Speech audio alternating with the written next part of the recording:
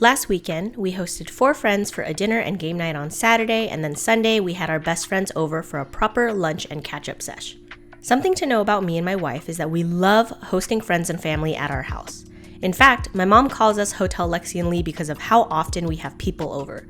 Sometimes for a night, sometimes for a week. The dishes I made last weekend were ba kha, a traditional Vietnamese beef stew you can enjoy with noodles and or bread, and a pesto chicken sandwich with a side of potato chips, cheese, and olives. For the ba kha, the flavor started working hard the night before, and I referenced the recipe from The Walks of Life, which I'll link in the description, and it's where you can find all the measurements for these ingredients. For 2 pounds of stew beef, I added minced garlic, minced ginger, fish sauce, 5 spice powder, and brown sugar. I mixed it all up until every piece of beef was coated and even in color.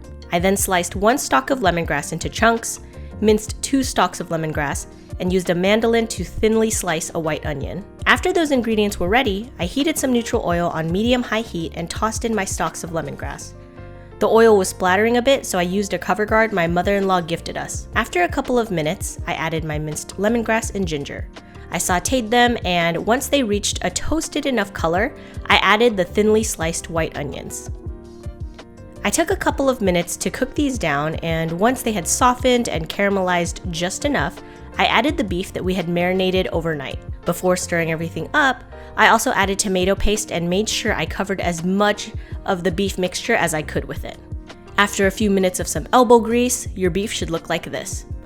You're then good to add your water, star anise, black pepper, chili powder, 5 spice powder, and ground annatto, which you'll then mix up and bring to a boil, and then switch to a simmer and cover for about an hour and a half to 2 hours.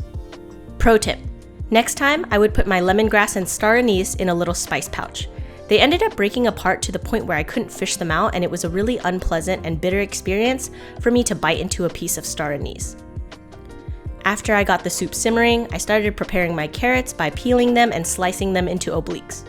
After setting those aside, I used my remaining cook time to prep the herbs, so washing my Thai basil and slicing more white onions. Depending on how long you choose to simmer your soup for, I recommend adding your carrots about an hour left in the cooking process so they have time to soften and absorb all of that ba kha flavor. Finally, about an hour and a half to 2 hours later, this is what your soup should look like. I added salt to taste, and once it was perfect, I boiled a whole package of rice noodles and served all our friends. I made a plate of mung bean sprouts, sliced white onions, sliced jalapenos, chopped cilantro, and Thai basil, and encouraged everyone to add as much as they'd like. And this was the final product. Lauren and Rachel brought chicken wings and a delicious papaya salad, not pictured here. Ashley brought cookies, and Jen brought wine. We stuffed ourselves, jumped into a round of fun games, and folks left around 2 a.m. It was a great way to spend a Saturday night. Fortunately, when we were hosting our best friends the next day, the lunch I was preparing for everyone was not as involved, which was good.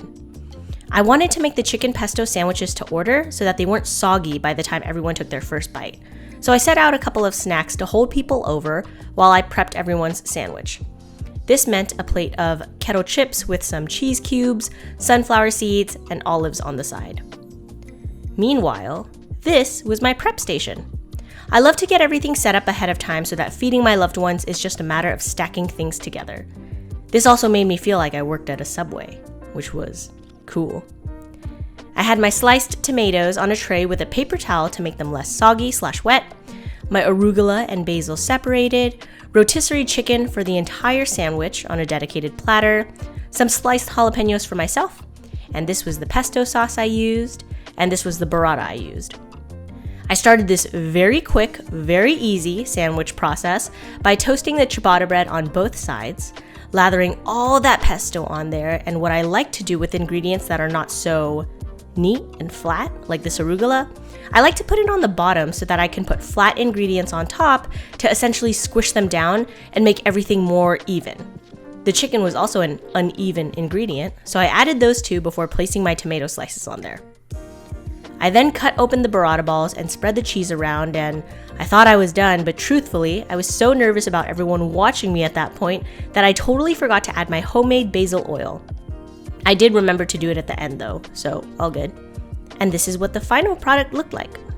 The four of us really enjoyed it, and it was so easy, filling, and fresh for summer.